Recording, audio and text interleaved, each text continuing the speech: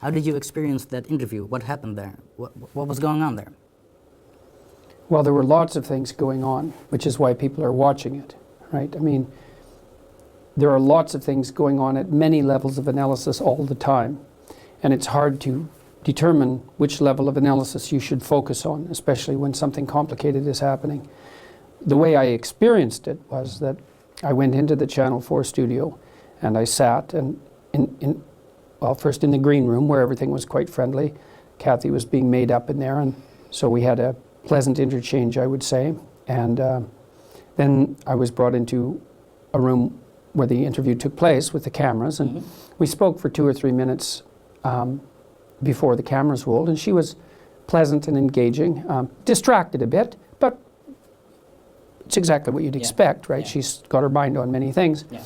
But then the cameras went on, and she just was a completely different person instantly. And so that was interesting. You know, it was interesting to me that she had both of those approaches so instantaneously at her disposal, you know. And so, of course, the first thing that entered my mind was, well, my eyebrows went up, and I thought, okay, which of these two people is the real person, right? And then well, you could say she played devil's advocate. I suppose that's one way of thinking about it. She laid out a set of ideological presuppositions, 2 sets actually, her set and my set. And the set of ideological presuppositions that she laid out for my side of the argument bore very little resemblance to anything that I think or say. And so she would ask me a question, which wasn't really a question. It was a barb with bait on the end of it. And I would respond, and then she would tell me... So you're saying? Yeah, she would say what I said, except then what she would say had nothing to do with what I'd saying. She was actually... Quite little to do. She was fabricating on the fly the person that she hoped, the villain that she hoped I would be, and then insisting that that was me and that denying it was a lie. Essentially, that's what the interview was. So it's deeply insincere, because she was playing an ideological persona, and she wanted you to play one as well. Well, she wanted me to be the proper foil for that, you know, and was insistent, is the right word, that I abide by that particular decision.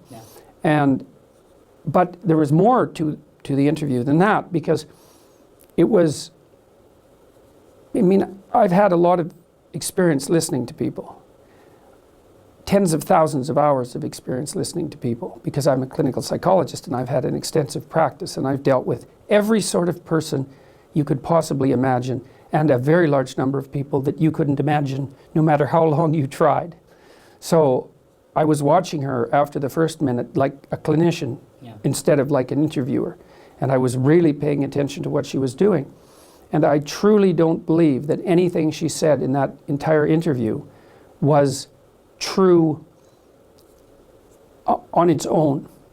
It was all, I actually have a chapter about this in my book called Assume That the Person You're Listening to Knows Something You Don't, which is a taxonomy of conversational types and a discussion about how to engage in a conversation if what you're trying to do is further your knowledge of the truth. If both of you are trying to further your knowledge of the truth, which is a proper conversation, it's the highest form of conversation, not the only form. You could amuse each other too, that's a perfectly good form, or you can have a friendly spar, or you can play a primate dominance hierarchy game, which is very, very common, which is mostly what was happening in that interview. But she was using her words as tools to attain a particular kind of end. And I couldn't exactly figure out what the end was. Some of it would be to dominate the interviewee, especially if that's a person, then that would be contaminated with ideological correctness. You want to dominate your interviewee if you believe that they're wrong from an ideological perspective. And you want to do that, number one, to attain victory, and number two, to buttress your ideological points. So there was that. Then there was some devil's advocate, I suppose, and maybe that's more forgivable, because you could say that she has a responsibility to do that as a journalist, which I don't believe, by the way, asking difficult questions and playing the devil's advocate are not the same thing, even though sometimes playing the devil's advocate is necessary. And then I think there was an underlay of career grandstanding. I don't know that much about her, and I don't know how she's made her reputation, but she is obviously a combative person, and my suspicions are that she's made a success of putting people, maybe she's made a success of herself in other ways, but she's made a success of herself, at least in part, by putting people uncomfortably on the spot. Yeah. And so all those things were going on at the same time. And then, of course, underneath that is the fact that there was an ideological battle being played out. I would say a threefold ideological battle. There was a battle between her position, which was radically neo-Marxist, postmodernist, I would say. She was arguing against who she thought I was, and so that was the battle. And then there was the position I was trying to put forward, which had virtually nothing to do with what she was discussing. She was fighting your strawman. Mm-hmm. Yeah. Well, and it was like I was able to remain reasonably detached during the interview because I realized almost immediately that whoever she was talking to bore very little resemblance to me. Yeah. And so, I mean, she was quite sophisticated in some sense in what she did, because she did manage to sort of...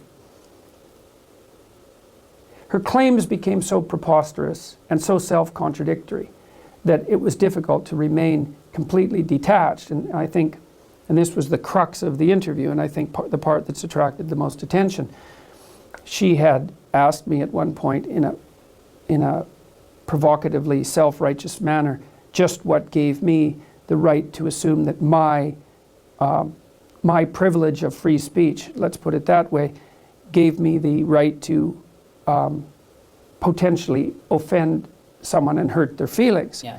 And I thought about 6 things at the same time. But the first thing I thought was, you're a journalist.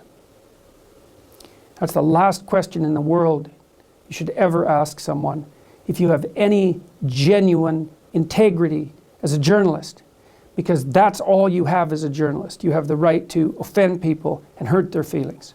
And so I called her out on that. I said, look, you know, all you've done in the last 20 minutes is everything you possibly could to make me as uncomfortable as you possibly can. Yeah. And I said it in a way that I would say was designed to let her know that I knew exactly what she was doing. And then I suggested that that was actually okay because she had every right to do that, but that she couldn't have it both ways.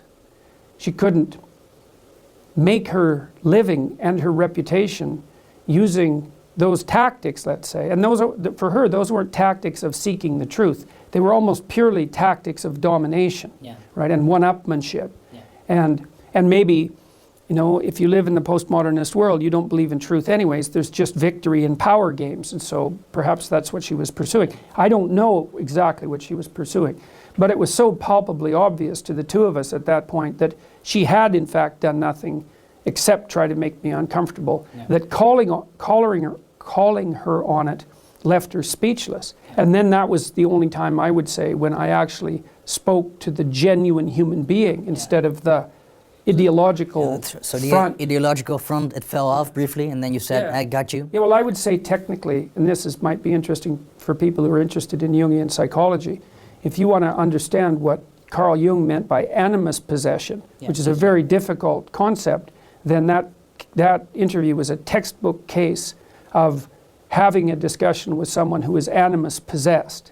And I can't explain what that means because it's very complicated, but if you go and read Jung and you read about animus possession and you need a demonstration of it so that that you get a sense of what it means, then that interview is exactly indicative of that. And I would say, as advice to people, maybe it's more like education, with anyone who is animus possessed, their goal is to engage you in the argument.